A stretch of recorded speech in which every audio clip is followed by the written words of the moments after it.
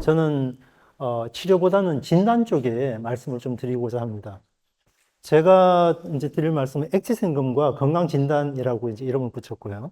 저는 제노시스 주식회사의 대표이사를 맡고 있고요. 그래서 이제 저희가 하는 일이 액체생금이라는 기술을 개발하는 것부터 시작을 합니다. 그래서 액체생금이라는 그 단어가 용어가 아마 여러분들 혹시 액체생금이라는 단어를 들어보신 분이 있으신가요?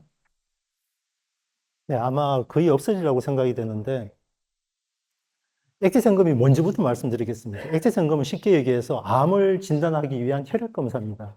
이 액체생금이라는 개념이 나온 거는 지금으로부터 한 10년 정도밖에는 안 됐고요.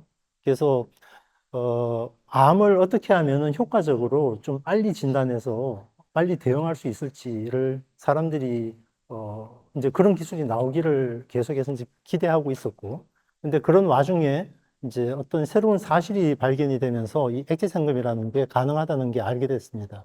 암을 진단하는 거는요, 지금 이제 병원에 가면은 이제 왼쪽 위에 그림 보면은 폐암을 진단하기 위해서는 엑스레이나 CT를 찍어야 되죠. 그리고 대장암을 진단하기 위해서는 대장 내시경을 해야 됩니다.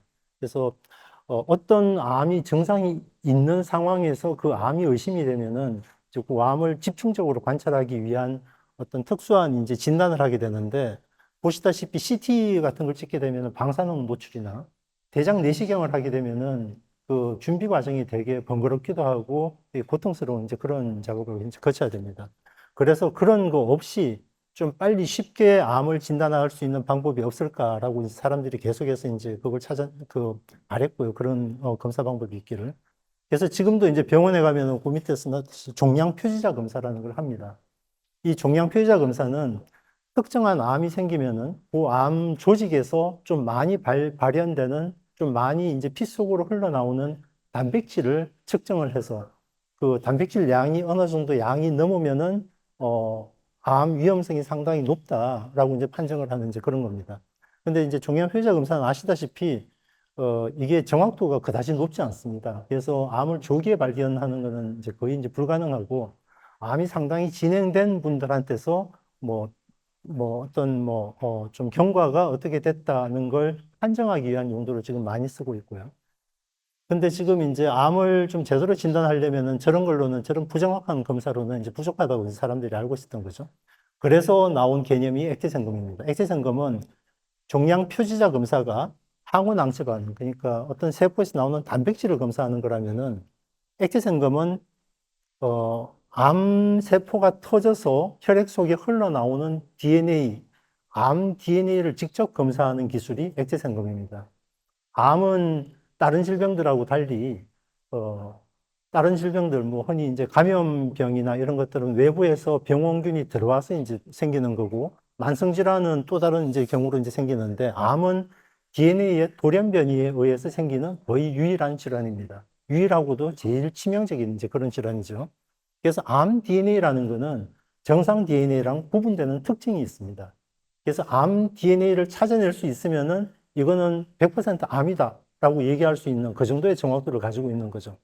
그래서 이제 그 암 DNA를 분석을 하면은 우리가 이제 액체생검이라는 기술을 진짜 만들 수 있지 않냐라고 해서 이제 하는 거고요. 그러면은 암 DNA 이름이 뭐냐면은 밑에 이제 cfDNA라고 써놓고 밑에 ctDNA라고 써놨는데 cfDNA는 셀프리 DNA, 그 다음에 ctDNA는 circulating tumor DNA. 그러니까 암 세포에서 나오는 DNA가 ctDNA입니다. 그래서 ctDNA를 잘 찾아내는 방법을 만드는 게 이제 우리 암을 검사하기 위한 액체생검 기술을 정확하게 만드는 이제 그런 방법이 됩니다. 그럼 이 셀프리 DNA, cfDNA나 ctDNA가 뭔지 말씀을 드리면은요. 사람 몸은 세포수 측정하기가 되게 어렵습니다. 그래서 뭐 옛날에는 100조개가 있다고 그랬는데 연구를 해보니까 남자는 한 37조개, 여자는 뭐 28조개 뭐 그쯤 있다고 최근에 연구 결과가 그렇게 되어 있습니다. 그러니까 한 40조 개 정도의 세포가 있고요. 그 중에서도 매일매일 수천억 개의 세포가 죽고 새롭게 생겨나고 합니다. 그러면 죽는 세포는 어떻게 될까요? 세포가 예를 들어서 뭐 백혈구도 세포죠. 그 다음에 혈관 내피세포도 세포고 간세포도 세포입니다. 그 중에서 수천억 개가 하루에 죽어나가는 거죠. 죽는 숫자만큼 새롭게 생기고요. 죽으면은 세포가 터지겠죠. 그냥 뿅 하고 없어지진 않습니다. 세포가 터집니다. 터지면은 그 터진 내용물이 혈관에 이렇게 확 쏟아져 나옵니다. 이게 쏟아져 나오니까 그 안에 있던 단백질이나 DNA나 뭐 여러 가지 물질들이 혈관을 타고 막 돌아다닙니다. 그래서 혈관 속을 조사를 해보면은 온갖 세포가 터져서 흘러나온 쓰레기들이 잔뜩 차 있습니다. 그 중에서도 그 혈관에 있는 DNA가 같이 이제 돌아다니게 되는데 그 DNA가 그냥 긴 상태로 돌아다니는 게 아니라 잘게 잘게 쪼개져 가지고 아주 짧은 길이로 한 170개 정도 되는 그 길이로 해서 이제 돌아다니고 있습니다. 그게 셀 프리 DNA라고 이제 cfDNA라는 이름으로 이제 그렇게 불리게 됩니다. 그래서 셀 프리 DNA가 저렇게 이제 많이 돌아다니고 있고 그 중에 대부분은 뭐 백혈구나 조혈 모세포 유래의 그런 세포가 터져가지고 흘러나오는 그 이제 DNA들이 많고요. 그것 말고 뭐 간세포, 대장세포, 온갖 몸에 장기들에 있는 세포들의 그 DNA 구성물들이 다 흘러나와서 이제 돌아다니게 됩니다. 근데 오른쪽 그림 보시면은 여기 혈관 벽에 왼쪽에 보면 혹 같은 게 덩어리 같은 게 붙어 있지 않습니까? 저게 이제 암세포가 이제 자란 그림을 저렇게 붙여놓은 겁니다. 그래서 암세포도 몸의 일부이기 때문에 암세포는 또 특히 빨리 자라고 빨리 터지고 이제 그런 특징이 있습니다. 그러니까 암세포의 내용물도 같이 터져서 같이 흘러다니게 됩니다. 그래서 저기 글자가 작아서 잘 안 보이실 텐데 특별히 이제 암세포가 터져가지고 흘러나오는 DNA도 셀프리 DNA인데 특별하게 Circulating Tumor DNA라고 그래서 ctDNA 이름을 따로 붙여놨습니다. 그래서 저 ctDNA가 몸속에 암 환자들은 몸속에 같이 흘러다니고 있습니다. 그래서 1기 암 환자, 2기 암 환자, 이제 덩어리가 점점 커짐에 따라서 정상 셀프리 DNA도 같이 흘러다니는데 ctDNA도 아주 조금씩 이제 흘러다니기 시작해서 점점 그 양이 많아지게 됩니다. 그러면 얼마나 이게 이제 ctDNA 양이 적은가 하면은 1기 암에서는 보통 0.01% 그러니까 전체 우리가 셀프리 DNA를 분리를 해냈을 때 10,000개의 셀프리 DNA가 있다고 치면은 그 중에 한 개, 10,000개 중에 한 개가 암세포 유래의 DNA입니다. 그래서 0.01% 있는 그것을 찾아낼 수 있으면은 1기 암을 진단할 수 있는 이제 그런 방법이 됩니다. 그러니까 이게 상당히 좀 힘든 이제 그런 일입니다. 그래서 이제 요 ctDNA를 얼마나 잘 찾아내는가 하는 게 H생검 정확도를 얼마나 높일 수 있는가 하는 말이랑은 이제 똑같습니다. 그러면은 그게 H생검이라는 기술이고요. 그럼 이 엑지생검 기술을 어떤 식으로 활용할 수 있는지를 이제 그림 하나로 지금 나타낸 게 위에 그림인데요. 이제 밑에 사람이 이제 2명이 있고 밑에 그래프가 있지 않습니까? 왼쪽 사람은 가슴에 동그라미가 하나 있죠. 그게 폐암이 처음에 생긴 그림을 이제 표시를 하고 있고, 오른쪽 그림에 보니까 고개에 남아있고, 간에도 뭔가 점이 있고 있죠. 이제 저거는 그 암이 전이가 돼가지고 간으로도 전이 되고 해서 나중에 사망한 사람의 암 위치를 이제 그림으로 나타낸 겁니다. 그러면 그 사이에 무슨 일이 있었냐 하면은 이제 그래프를 보시면은 X축이 시간이고 Y축이 암세포의 개수를 나타냅니다. 그래서 처음에 왼쪽에 제일 처음에 산처럼 하나 높아졌다가 내려갔다가 다시 쭉 올라가죠. 그래서 암세포가 처음에 생겼다가 점점 커졌다가 면역 반응으로 줄어들었다가 살아남은 놈이 쭉 커져가지고 이제 암덩어리를 만든 겁니다. 그랬을 때 이제 병원에 가가지고 진단을 해보니까 폐암입니다. 진단을 받은 거죠. 그래서 수술이라고 돼 있죠. 그래서 갑자기 툭 떨어져요. 수술을 하게 되면은 열어가지고 암을 드러내니까 그래서 암세포가 수술 때문에 이제 갑자기 툭 떨어졌죠. 떨어지고 나서 바닥으로 떨어져서 쭉 끝까지 가면은 이제 암이 완치가 된 거라고 볼 수가 있는데 중간에 가다가 다시 삐쭉삐쭉 해가지고 다시 올라왔지 않습니까? 이제 재발이 된 겁니다. 재발이 돼서 다시 이제 병원에 가면은 보통 재발이 되고 하면 이제 전이가 되고 하니까 이제 수술을 못 하고 이제 그때부터 항암 치료를 하게 됩니다. 그래서 항암 치료를 치료 1, 치료 2인데 치료 1을 해가지고 쭉 줄어들었다가 다시 또 재발해서 치료 2를 했는데 두 번째 치료가 안 됐고 이제 끝내 이제 사망한 경우를 이제 그림으로 나타낸 겁니다. 그러면은 우리 이제 액체점검 기술이 이 암 환자의 이 진행에 어떤 식으로 쓰일 수 있냐 보면은 제일 위에 이제 그림 보면은 조기 진단, 동반 진단, 재발 모니터링, 치료 효과 모니터링 이제 크게 네 개의 부분을 해서 이제 볼 수가 있습니다. 그래서 액체 점검은 건강한 사람이 병원에 가서 피 뽑아가지고 검사를 했을 때 당신은 대장암 1기입니다. 아니면 뭐 폐암 3기입니다. 그런 진단을 할 수 있는 기술을 만드는 거가 액체 점검이고 그 다음에 이제 진단이 됐을 때 어떤 항암 치료를 하는 게 제일 효과적일지 그 정보를 의사한테 주는 거 그게 동반 진단입니다. 그리고 수술하고 나서 재발이 수술하고 나면 제일 무서운 게 재발이지 않습니까? 그래서 재발되는지 안 되는지를 한 6개월 단위로 아니면 3개월 단위로 피를 뽑아가지고 계속 검사를 해서 암 재발이 있는지 없는지 보는 게 재발 모니터링이고 그리고 항암 치료를 시작을 했을 때 그 치료제가 효과가 있는지 없는지 치료가 효과가 없으면 빨리 다른 항암제로 바꾸면 좋겠죠. 그래서 그 치료 효과 있는지 없는지를 보는 게 치료 효과 모니터링. 그래서 이제 그 암의 전 주기에 걸쳐서 액체 점검이 다 쓰일 수가 있습니다. 근데 각각의 이제 이제 네 가지 진단이 있어가지고 그 주로 중점적으로 봐야 될 그 특징들이 전부 다 다르기 때문에 다른 일반적인 지금까지 이제 주로 이제 미국에서 저 기술들이 활발하게 개발이 되고 있고 지금 FDA 승인도 받고 진행이 되고 있는데 저것들이 상당히 이제 다른 조기 진단, 동반 진단, 재발 모니터링, 치료과 모니터링 전부 다 다른 그 기술을 써가지고 이제 저걸 이제 검출을 해내는 이제 그런 방법을 쓰고 있습니다. 근데 저희가 지금 이제 제노시스랑 같이 개발하고 있는 저희 에버지놈에서 같이 개발하고 있는 기술은 한 가지 방법으로 네 개 중에 세 개를 다 이제 검출할 수 있는 방법을 저희가 이제 개발해서 그걸 하고 있고요. 그 중에서도 다음 슬라이드요. 아까 이제 김정용 원장님께서 말씀해 주셨는데 항암 치료 효과 모니터링 그러니까 제일 네 번째 이제 마지막 거죠. 요거를 지금 제노시스랑 같이 공동 연구를 시작을 하려고 지금 이제 준비 작업을 거의 다 마쳤습니다. 항암 치료 효과 모니터링은 미국에서도 아직까지 상용화된 사례가 없습니다. 그 이유가 뭐냐면은 아까 보십시오. 암 조기 진단이나 재발 모니터링은 암이 있다 없다를 찾아내는 그런 분석입니다. 그래서 이제 그런 거 보고 전문적으로 정성 분석이라고 하는데 있다 없다를 찾아내면은 이제 그게 의미가 있는 분석이고요.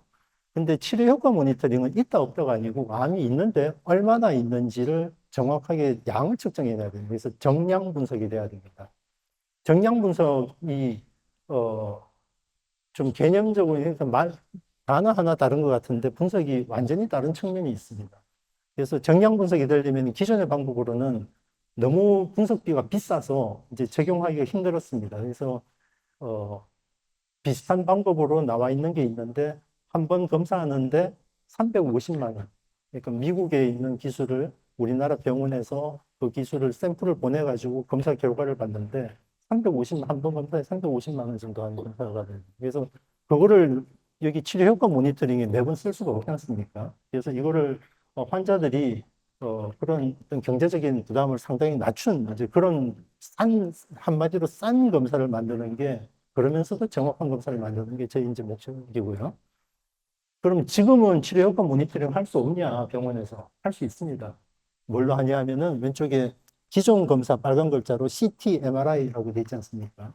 그래서 암의 치료 효과를 검사하는 거는 그 영상으로 그러니까 사진을 찍어 가지고 직경이 얼마나 줄어들었냐를 보는 게 병원에서 하는 표준 검사입니다. 그래서 CT나 MRI를 해야 되고 근데 저게 이제 방사능을 찍어야 되니까 매번 못 하고 보통은 일반인한테는 1년에 두 번인가가 아마 그 권고하는 양이고 근데 암 환자는 그보다 더 심한 죽고 사는 문제가 걸려 있으니까 뭐 한 두 달에 한 번 정도 찍는 걸로 그 어떤 타협안이라고 할 수 있겠죠. 그래서 암 환자가 항암 치료를 받을 때는 한 2달에 한 번 정도 CT를 찍어서 이제 그 치료 효과가 있는지를 평가를 하게 됩니다.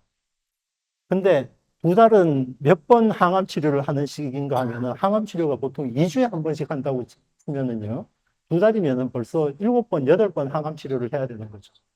근데 항암제가 아시다시피 부작용은 되게 심한 게 많고 치료 효과가 없는 경우도 상당히 많습니다. 그래서 치료의 적기를 놓쳐버리고 부작용만 되게 심해져가지고 되게 이제 심각한 상태로 가는 그런 경우가 많지 않습니까?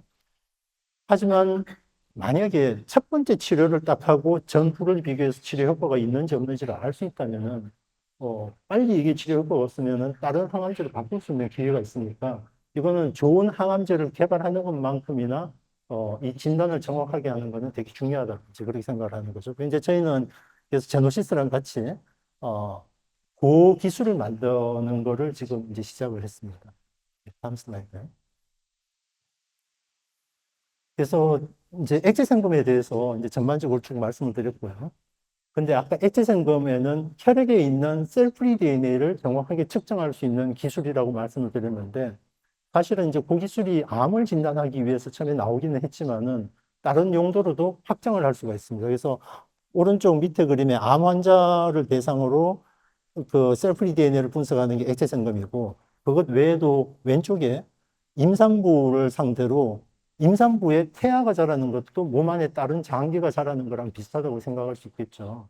그래서 태아 DNA도 임산부 혈액에 같이 흘러다닙니다. 그래서 임산부 피를 빼서 그 DNA를 검사를 하면은 태아에 유전적인 어떤 문제가 있는지 없는지를 검사를 할 수가 있게 됩니다. 그래서 그걸 NIPT라고 지금 산부인과에서 양수 검사 안 하고 전부 다 NIPT 검사하고 있습니다. 그래서 이제 그게 NIPT고요. 옆에 NIPP라고 쓰는 거는 좀 이제 우리나라에서는 안 하고 있는 되게 좀 재밌는 검사입니다. 태아의 아버지가 누군지 검사하는 겁니다. 그러니까 산모 혈액을 빼서 태아가 있는데 태아의 아버지가 누군지. 그래서 이게 뭐 브라질이나 이런 이제 남미 쪽에서 되게 활발하게 저 검사가 되고 있다고 하고요. 사실은 이제 저게 법의학에서도 저게 쓰이고 있습니다. 그러니까 강간을 당해서 임신한 경우에 이게 아버지가 누군지를 좀 제대로 확인하는 게 중요하지 않습니까? 그래서 아침에 사실은 이것 때문에 대검찰청에 포렌식 센터하고 이제 미팅을 하고 왔는데 이제 저것도 되게 정확하게 이제 검사를 할 수가 있고요. 그리고 장기 이식 환자의 경우에 이제 이식 거부 반응이 있는지 없는지를 빨리 캐치해서 면역 억제제를 뭐 바꾸든지 다른 좀 강하게 쓰든지 이제 빨리 이제 선행적으로 대처해야 되는 그런 필요성이 있는데 저 경우에도 예를 들어서 신장을 이식을 했는데 그 신장이 거부 반응이 있으면 그 염증이 일어나가지고 신장이 막 터져가지고 안에 있는 내용물이 흘러나옵니다. 근데 그 경우에는 신장은 다른 사람의 유전적인 정보를 가지고 있기 때문에 그걸 잘 분석을 하면은 장기식 거부 반응도 기존 방법보다 훨씬 정확하게 그 평가를 할 수가 있습니다. 그래서 저것도 이제 할 수가 있고요. 그래서 이제 장기 이식 거부 반응도 아까 치료 반응 모니터링처럼 정량 측정이 돼야 되는 이제 그런 검사입니다. 이 스탐스 라이브. 그래서 저희 이제 기술이 이제 정량 측정이 되게 정밀하게 된다는 그 근거를 보이고 있는 그림인데요. 그 기정자 셀프 DNA 프랙션이 그 밑에 이제 프랙션 쭉 적혀 있는데 그게 어떻게 관측이 되고 그걸 보정을 했을 때 정확하게 저희 이제 저 그림에서는 0.25%까지 정량적으로 측정이 된다 하는 이제 그림을 나타내고 있습니다. 네, 다음 그림. 이까지는 이제 액체생검에 대한 전반적인 검사에 대해서 말씀을 드렸고, 근데 저희 액체생검이 좀 특이한 면이 있는데, 다른, 저희 액체생검은 아까 셀프리 DNA라는 그 DNA, 이제 유전자죠. 크게는 유전체라고 하고, 영어로는 지놈이라고 합니다. 그래서 유전자 서열을 측정하는 거고요. 근데 거기에 더해서 에피지놈이라는 정보까지도 같이 측정할 수 있는 기술입니다. 그래서 지놈은 유전체, 뭐 우리말로 DNA 시퀀스를 분석하는 거고, 그거는 이제 뮤테이션을 보는 게 의미가 있는 거고요. 에피지놈이라는 거는 후성 유전체라고 합니다. 우리말로. 그래서 후성 유전체는 뭐 유전체 따로 하나 있고 후성 유전체 따로 있고 이제 그런 게 아니라 기존에 있는 유전체에 이제 밑에 이제 그림이 있는데 유전체에 그 유전체에 사실은 유전자가 쥐인이라고 하는데 쥐인이 2만 개 정도가 있습니다, 몸에. 이 쥐인 한 개 한 개가 작은 로봇이라고 생각을 하시면 되고요. 그게 어, 앞에 프로모터라는 게, 그 이제 그 지인이 발현이 될지 안 될지를 결정하는 프로모터라는 게 있는데, 그게 일종의 스위치입니다. 그 지인을 켜고 끄는 스위치인데, 그 중에서 제일 결정적인 역할을 하는 게, 그 메틸기, DNA 메틸레이션, DNA 메틸기고요. 거기 M이라고 붙어 있는 게 메틸기입니다. 저거는 붙었다 떨어졌다 하는 겁니다. 그래서 저 메틸기가 스위치 역할을 합니다.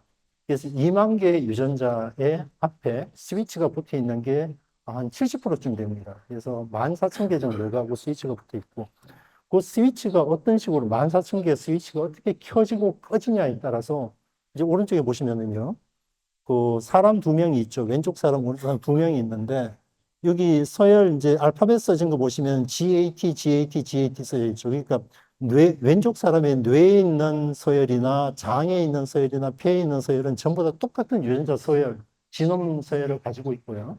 오른쪽 사람은 TCT 가지고 있죠. 그러니까 두 사람은 유전자 서열은 다릅니다. 그러니까 유전자 서열을 확인을 하면은 이게 누군지 알 수가 있는 거죠. 근데 위에 이제 흰색, 까만색 그 점이 이렇게 막대처럼 이제 붙어 있는 게 있죠. 그거는, 뇌와 장, 이제 제일 위와 제일 밑에 그 사이에 보시면 전부 다 다른 양상으로 되어 있지 않습니까? 근데 사람이 다르더라도 같은 장기이면은 저게 이제 메틸기거든요. 그 패턴이 보시면은 옆으로 보시면은 비슷하죠.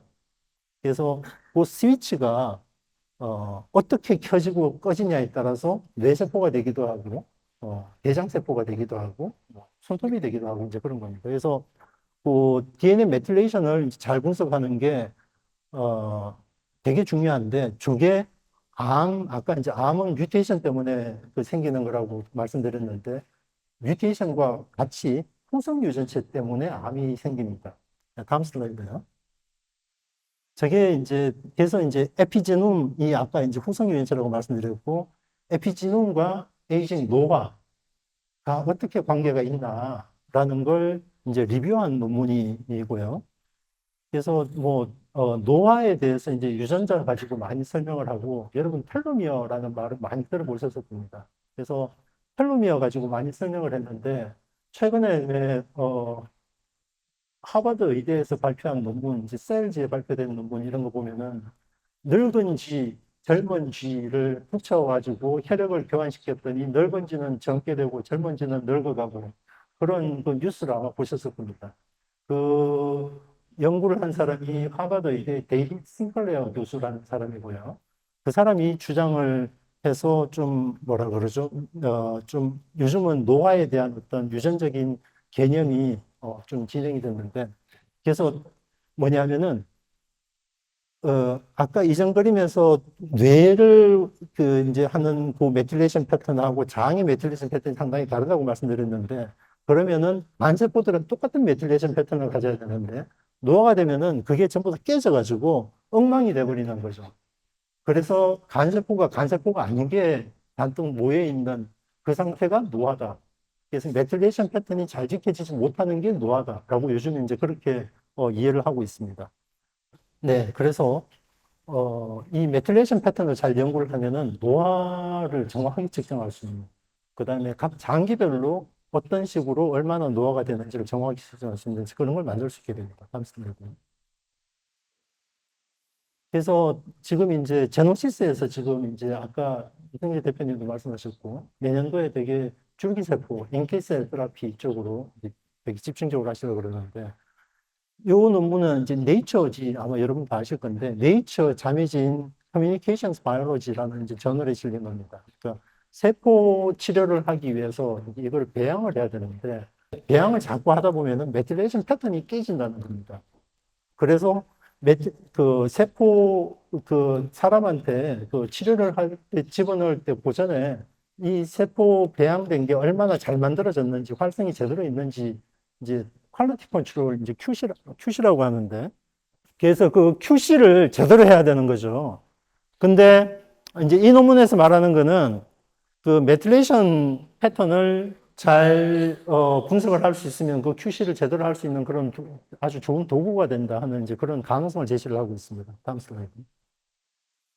그래서 제가 이제 세포 배양할 때에 그 QC가 중요한데 사람 몸에 이제 건강에 진단하는 이제 그것처럼 세포 배양에서도 일종의 진단이라고 볼 수가 있습니다. 그래서 QC를 메틸레이션 우리 분석법을 쓰면은 어떤 점에 그 기존의 QC를 대체할 수 있는 게 어떤 건지를 한번 한번 조사도 하고 생각을 해서 한번 표를 만들어 봤는데 저 위에 이제 MX-seq 방법으로 하면은 기존의 여러 가지 이제 검사법들을 한꺼번에 대체할 수 있는 이제 그런 검사법을 만들 수 있다고 이제 생각이 돼서 이제 저렇게 한번 조사를 한번 해봤습니다.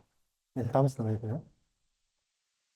그래서 이제 정리를 하면은 저희 X생검을 이용해서 제노시스와 함께 암 진단할 수 있는 이제 X생검 방법, 그다음에 저희가 지금 장기식 거부 반응은 물론 다른 데하고 지금 이제 공동 연구를 하고 있지만은 그 이제 그 모니터링 하는 거, 그다음에 산정 경화 검사도 저희 방법을 쓰면 기존의 방법보다 훨씬 이런 시기에 그 검사 결과를 만들 수가 있습니다.